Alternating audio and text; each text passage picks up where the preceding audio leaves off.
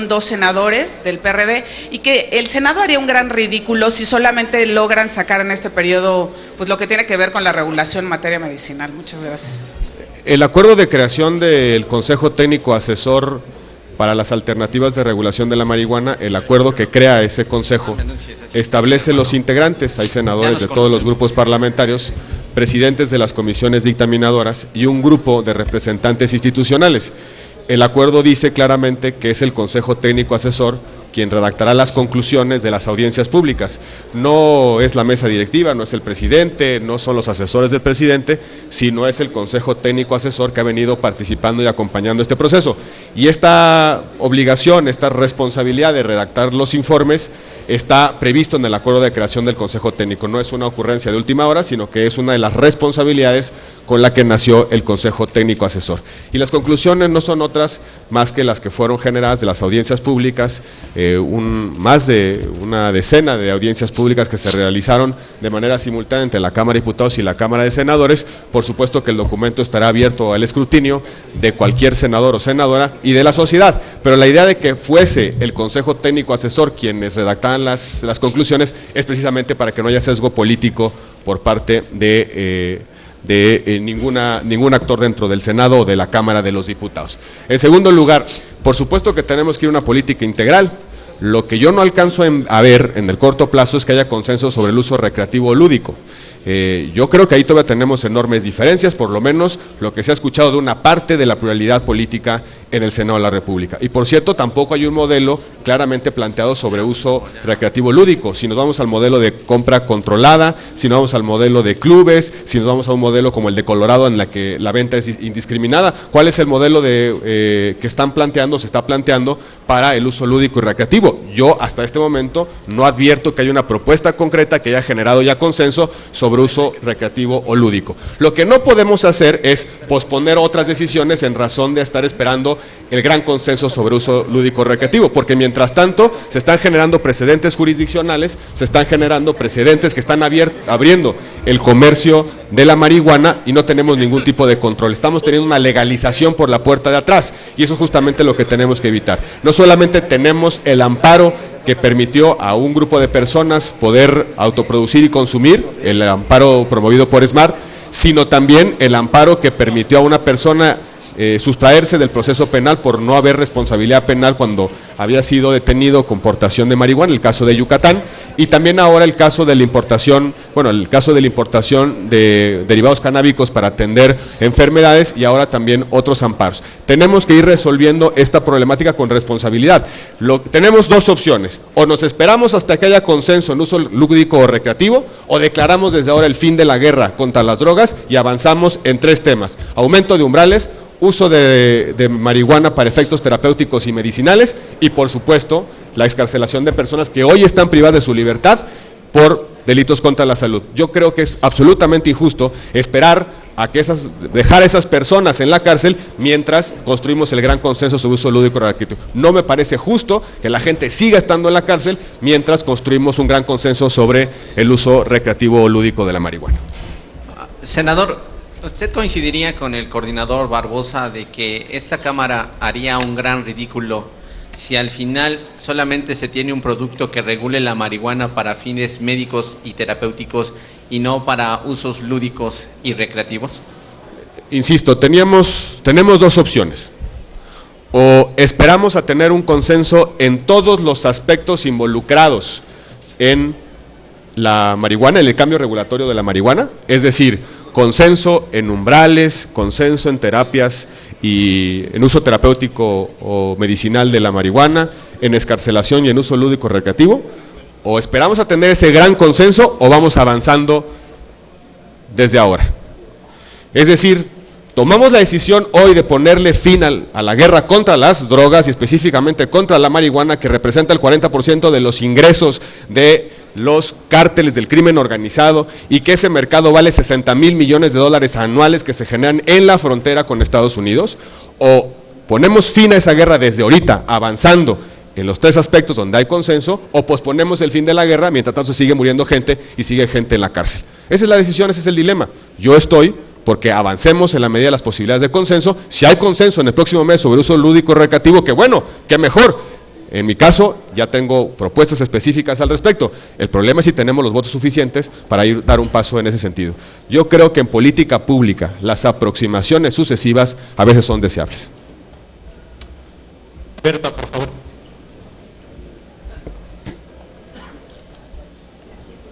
Buenas tardes, senador. Quería que si me regalaba su opinión sobre la contaminación de las aguas, tanto las de lagos, lagunas, ríos, pozos en Guanajuato, que incluso ya ha habido muertes, como los mantos freáticos. Existen las leyes, pero la aplicación es laxa. Entonces, ¿qué debe de hacer? ¿Cuál es su opinión respecto como presidente del Senado? Se tiene que aplicar la ley.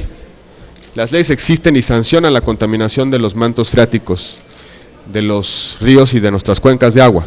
Están claramente definidas las responsabilidades penales y también están bien definidas las responsabilidades por el daño, de la reparación del daño y la remediación del daño ambiental que genera la contaminación de las aguas en nuestro país. Se tiene que aplicar la ley, estrechar la vigilancia, estrechar la prevención y aplicar ahí para evitar la impunidad. Porque ya ha habido muertes, 2 niñas y un adulto en el caso de San José Iturbide en Guanajuato por la contaminación por arsénico de los pozos. Y eso tiene que ver con la falta de prevención en el derrame de sustancias a los ríos y a las aguas de nuestro país. Y eso tiene que ver con vigilancia de las autoridades y de la aplicación estricta de la ley para el caso de la remediación y para el pago del daño. ¿Debe de intervenir la PGR en este caso? Debe intervenir el conjunto de las autoridades, no solamente las de Procuración de Justicia, sino también las instancias medioambientales, la Procuraduría del Medio Ambiente, las instancias de prevención del medio ambiente, las autoridades locales que pueden estar vigilando en dónde hay derrames de sustancias que están afectando a nuestros ríos y a nuestras aguas. Gracias a usted. Andrea Becerril, por favor. Senador, 2 cosas. Una, ¿es posible que en este periodo saliera el asunto de la marihuana o van a esperar el receso largo para poder consensarlo más? Y otro tema es sobre el asunto de los expertos, del grupo de expertos, el grupo interdisciplinario de expertos que envió la CIT.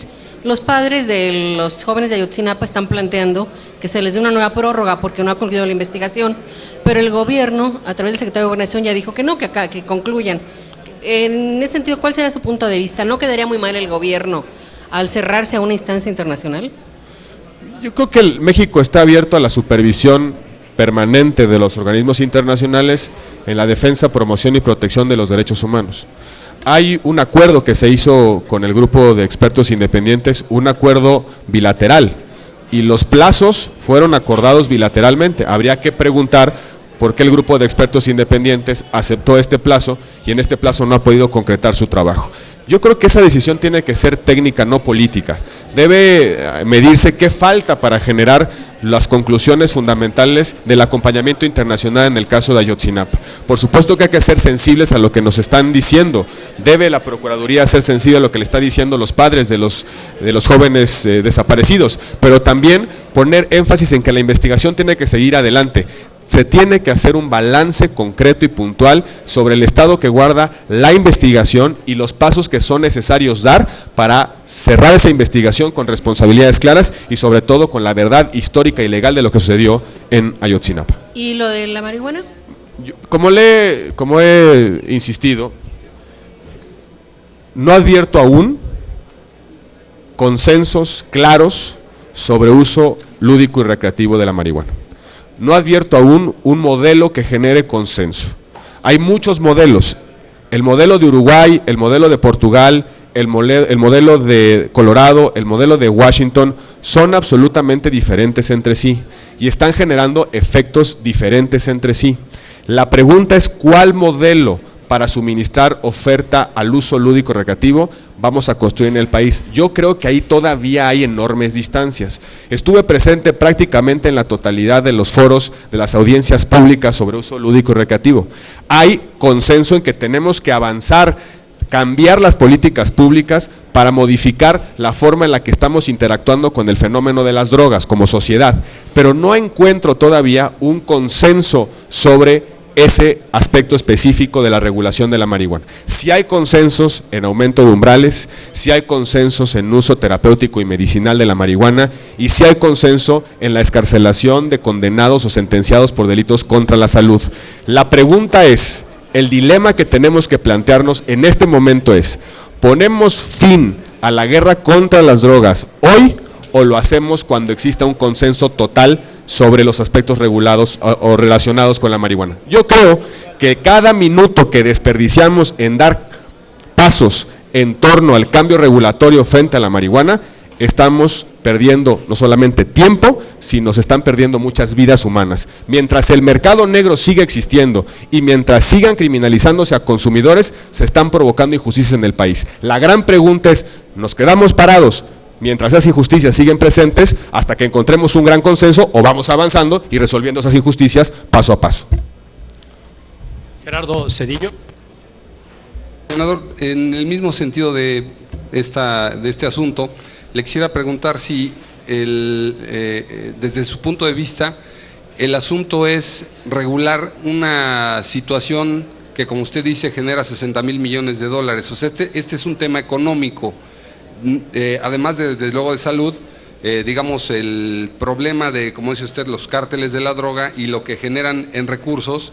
Pues se ha dicho insistentemente que la idea tiene que ser también pues acabar con ese mercado negro. Entonces, para acabar con ese mercado negro, ¿hasta qué punto tiene que llegarse, senador? Es decir, de plano liberar el asunto, ¿o cuál es su punto de vista? Nadie ha planteado en este país, ningún experto y no advierto ningún partido político que esté planteando vender en Oxxos la marihuana. Exacto. No veo a nadie que esté planteando que en las gasolineras se venda marihuana.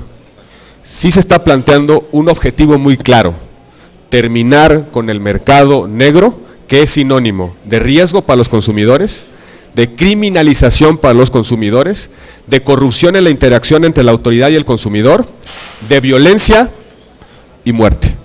Eso es lo que significa el mercado negro de la marihuana.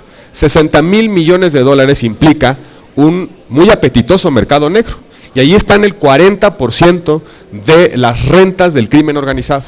Si acabamos con ese mercado negro o reducimos sus efectos, habremos hecho un cambio radical en el problema de las drogas en nuestro país, y específicamente empezando con las drogas que no generan especial daño en la salud de los consumidores. Si le quitamos ese pedazo del pastel a los criminales y generamos una fórmula, un modelo regulatorio que permita que quien tiene la disposición a consumir pueda enfrentar su adicción con una alternativa de salud pública, o bien poder consumir de manera segura sin tener que enfrentarse a ese mercado negro, habremos cambiado diametralmente las cosas. Eso significa ponerle fin a la guerra contra las drogas. Ese es el punto final que tenemos que dar. El mundo se está moviendo a pasos adelantados. El mundo está a punto de cambiar el consenso internacional en el mes de abril de un gas, y nosotros parece que estamos sentados esperando que la divina providencia nos alumbre y lleguemos a la conclusión de un cambio regulatorio radical. En política pública, las aproximaciones sucesivas son responsables. Cambiemos realidades donde hay consenso y sigamos trabajando en los siguientes consensos. Hay que sacar a 10,000 mujeres de la cárcel ya, no esperar hasta que tengamos un consenso radical sobre todas las posibilidades regulatorias que están involucradas en la droga. Es urgente sacar de la cárcel a hombres y mujeres que están ahí justamente por portar drogas. Es necesario terminar con ese mercado ilícito de drogas que está convirtiendo a nuestros muchachos en carne de cañón de los delincuentes. Senador, decía usted que no se trata de vender marihuana en los Oxxos, pero pues se ha insistido en que, por ejemplo, el alcohol es mucho más dañino que la marihuana, y sí lo venden en los Oxxos. Entonces, en su momento, pues digo, estaban Capone y todos estos cuates vendiendo en la época prohibicionista del alcohol, pues se acabó eso y ahora se venden Oxxos. ¿Llegaremos algún día a eso aquí o en el planeta? ¿Dónde debe quedar, dónde debe ser o dónde debe estar el punto final de la nueva regulación? En donde la evidencia empírica, científica, nos indique que es un modelo sensato. ¿Tenemos información sobre los efectos en la salud de la marihuana? Sí, pero todavía no sabemos a cabalidad si podemos detonar las adicciones con un modelo de apertura comercial absolutamente radical. Tenemos que ir por aproximaciones sucesivas. Debemos resolver el problema de la oferta. ¿Cómo le hacen los consumidores hoy para acceder a una dosis de marihuana? Se enfrentan al mercado negro. Van a una oscura estación del metro a encontrarse con un traficante que les aporta o que les vende la marihuana, pero también les enseña cocaína, heroína, metanfetaminas. Ese riesgo a los consumidores es el que tenemos que cerrar. Ahora, ¿qué modelo de oferta tenemos que construir? Ahí es donde debe venir la creatividad institucional. Hay muchos modelos. Tenemos que revisar la evidencia empírica sobre lo que está pasando en Uruguay, lo que está pasando en Portugal, lo que está pasando en Cataluña, lo que está pasando en Washington y lo que está pasando en Colorado. Con esos 5 modelos podemos tener un menú importante para saber cuál puede ser el modelo conveniente para México. Pero ese paso tiene que ser un paso muy responsable. Yo creo que en un mes nos alcanza para hacer muchas cosas. Lo que no creo es que debemos esperar a tener todo ese consenso para dar pasos. Eso significaría claudicar a nuestra responsabilidad de remediar ya un conjunto de injusticias que está generando el mercado negro de las drogas. Vanessa Alemán queda como última pregunta, por favor. Senador, buenas tardes. En otro tema, hace unos momentos vimos una manifestación del grupo parlamentario del PRD contra Donald Trump. Sin embargo, ¿qué opinión? ¿Esto sería conveniente que el Senado se esté manifestando en este sentido? Es decir, si fuera la inversa, si un congreso de otro país interviniera en las elecciones, ¿no ya nos hubiéramos pronunciado como mexicanos? ¿Qué opinión le merece? Gracias. Creo que el grupo parlamentario del PRD, en ejercicio de sus libertades políticas y en función de sus estrategias, está planteando claramente un argumento desde nuestro Senado sobre los riesgos, sobre la importancia de contener el avance de un candidato a la presidencia, contener políticamente el avance de un candidato a la presidencia que está planteando prácticamente la ruptura de la relación positiva entre Estados Unidos y México y que está prácticamente estigmatizando a los migrantes mexicanos. Creo que es encomiable el esfuerzo que está haciendo el grupo parlamentario del PRD, que hayan asumido como una de sus prioridades políticas construir esta argumentación en torno a lo que está pasando en Estados Unidos. Como lo dijimos en el evento previo sobre el análisis de la situación electoral en los Estados Unidos, debemos de ser un poco más exhaustivos, estratégicos en lo que podemos hacer desde México para cambiar la realidad o para incidir en la realidad electoral de los Estados Unidos. Tenemos que hacer política total, utilizar todos los espacios para convencer y persuadir a los ciudadanos norteamericanos de que no somos una amenaza, de que la relación con México no solamente es histórica, sino también profundamente útil para los intereses de ambas naciones, que somos pueblos hermanados por historia, pero que también estamos hermanados por geografía, que no nos podemos separar, que nuestra vecindad no es riesgo, sino que es oportunidad, que México está cambiando y que hoy tenemos una importante contribución al desarrollo económico de Estados Unidos, los mexicanos en Estados Unidos y los mexicanos en nuestro país, y que Estados Unidos tiene una importante contribución al desarrollo mexicano, que somos más fuertes unidos que separados. Yo no creo que debemos de enfrentar discursiva, narrativa, dialécticamente a Donald Trump con adjetivos e insultos. Tenemos que construir argumentaciones racionales para persuadir a los electores de allá que es buena idea una sana y positiva relación con México. La tasa de migración es negativa.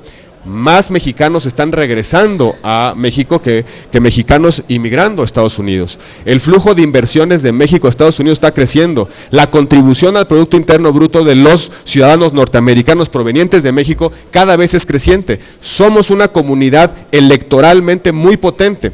Tenemos que persuadir a nuestros compatriotas que ya han hecho comunidad en Estados Unidos de que es momento de movilizarse política y electoralmente para ganar el debate con respecto al populismo y al racismo, a estas posiciones xenófobas, que es necesario ganar el debate, pero sobre todo que es necesario ganar la elección y rechazar en las urnas estos regresos populistas de derecha extrema. Gracias. Una última pregunta de Tania Ross, por favor. Buenas tardes, senador.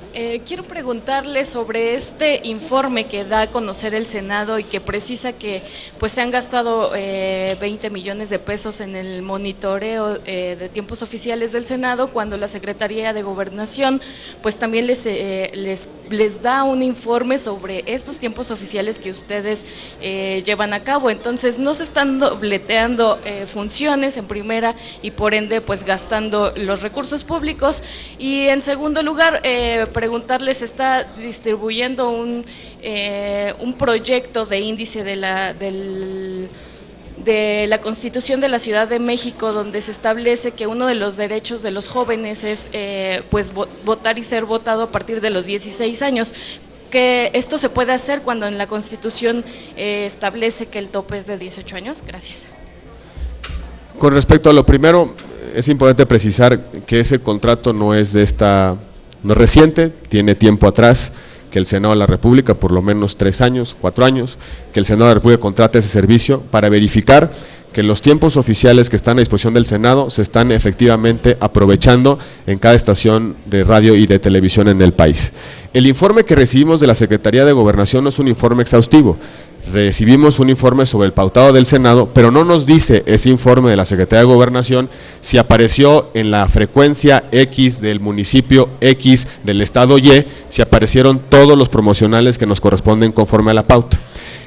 Los promocionales tienen un valor, son recursos públicos, es una contribución que pagan los concesionarios al Estado mexicano y que por un conjunto de disposiciones normativas se distribuyen entre los poderes de la Unión.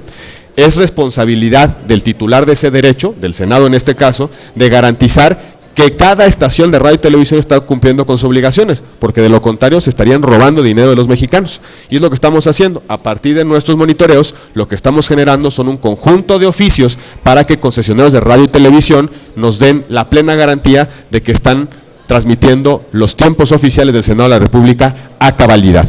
Hemos cambiado el contrato, teníamos un contrato que hacía una muestra aleatoria que no servía para absolutamente nada, no nos servía más que monitorear un conjunto, universo muy pequeño de estaciones de radio y televisión. En consecuencia, estábamos totalmente a ciegas de lo que pasaba en el país. El informe, por un lado, de la Secretaría de Gobernación no nos daba los suficientes elementos. Por otro lado, el monitoreo que teníamos contratado en el Senado de la República no nos daba la información completa. Lo que estamos haciendo es cumplir con una responsabilidad de cuidar los recursos públicos que están a disposición del Senado, entre ellos los recursos públicos que se nos dan en especie, como son los tiempos oficiales. Insisto, este contrato no es nuevo, es un contrato que viene de tiempo atrás, pero que sí ha tenido una importante modificación en los últimos tiempos para aprovechar de manera más clara y contundente, más racional, un instrumento que nos permite verificar si las estaciones de radio y televisión están cumpliendo con su obligación legal de transmitir los tiempos del Senado. No conozco la propuesta en específico, no sé si en efecto vaya a venir comprendida en la Constitución. Es un proyecto, no sé si en efecto venga así la propuesta del jefe de gobierno de la Ciudad de México. Yo no quisiera especular para no contaminar los debates. Me parece que debemos esperar para pronunciarnos, a tener en nuestras manos el documento y hacer un análisis responsable. Un análisis responsable sobre lo que va a ser la propuesta final. Ahorita podemos especular muchas cosas. Una de las razones por la cual en la reforma política le dimos la facultad al jefe de gobierno de iniciativa del proyecto de nueva Constitución es precisamente esa, que conozcamos con responsabilidad cuál es el proyecto de Ciudad de México que tiene el jefe de gobierno, y en ese momento la Asamblea Constituyente discutirá cada contenido, nos pronunciaremos a favor o en contra o plantaremos las modificaciones y las alternativas. Yo solamente para puntualizar, entiendo que nos dices que hay que ser más exhaustivos en este tema de ir contra Donald Trump y que es encomiable lo que está haciendo el PRD, pero ¿el Senado de la República se va a sumar a esta campaña contra Donald Trump o qué es lo que van a hacer ustedes? Hasta este momento, por lo menos en la mesa directiva, no hemos recibido una propuesta concreta de acciones específicas en torno a el caso de la elección de los Estados Unidos. Lo que hemos visto es un despliegue de una estrategia por parte de un grupo parlamentario. Las comisiones están haciendo su parte, otros grupos parlamentarios están haciendo estrategias diferentes. Las comisiones, por ejemplo, están convocando a foros de reflexión, las comisiones están convocando a estudiar lo que está pasando, están convocando a expertos para entender lo que está pasando en la elección de los Estados Unidos. Cada espacio de la pluralidad del Senado de la República, cada espacio de nuestra organización tiene un conjunto de competencias y una serie de libertades para poder plantear sus estrategias. En algún momento, el Senado de la República tendrá que institucionalmente hacer un pronunciamiento. Hay que hacerlo de manera inteligente y constructiva. Tenemos que construir una estrategia institucional de Estado para influir en lo que está sucediendo en Estados Unidos. Y yo lo he resumido de esta manera: lo que tenemos que hacer es política en todos los espacios, en todos los medios, en todas las plazas, en México y en los Estados Unidos, para convencer de que México y Estados Unidos son más fuertes juntos. Gracias. Gracias.